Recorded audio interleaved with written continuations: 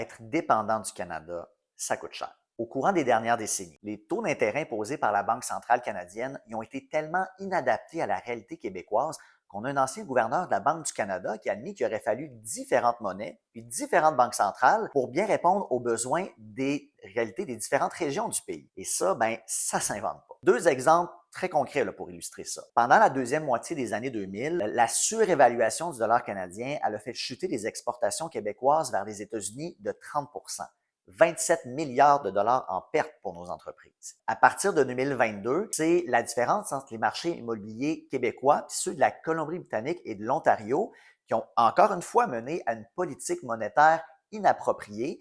Et ça a un impact très tangible pour les Québécois qui détiennent des hypothèques. C'est des centaines, voire des milliers de différences à payer en plus en intérêts chaque année. Donc, le Canada, c'est ce qu'on appelle une zone monétaire non optimale.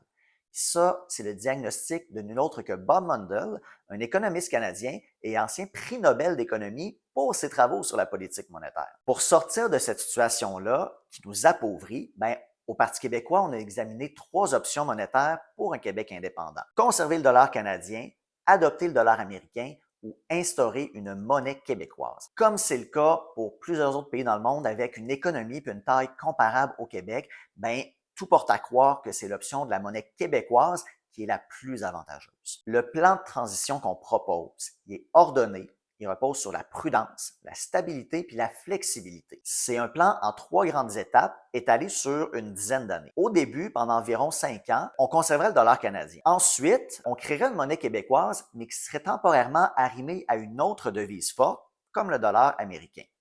Puis une fois que la monnaie québécoise serait bien établie, on pourrait aller vers un régime de change flottant, c'est-à-dire une monnaie dont le taux de change va fluctuer en fonction de l'offre et de la demande, comme c'est le cas pour la grande majorité des monnaies dans le monde. C'est de comprendre que depuis 1989, là, des nouveaux pays qui ont créé leur propre monnaie, leur propre banque centrale, il y en a 28. Et tous ces pays-là, ils sont beaucoup moins riches que le Québec. Donc, avec notre économie prospère, diversifiée, puis des institutions financières solides comme celles qu'on a, il n'y a aucune raison valable de croire qu'on ne réussira pas au moins aussi bien que les autres. L'indépendance, là, c'est arrêter de placer les intérêts des autres avant nos intérêts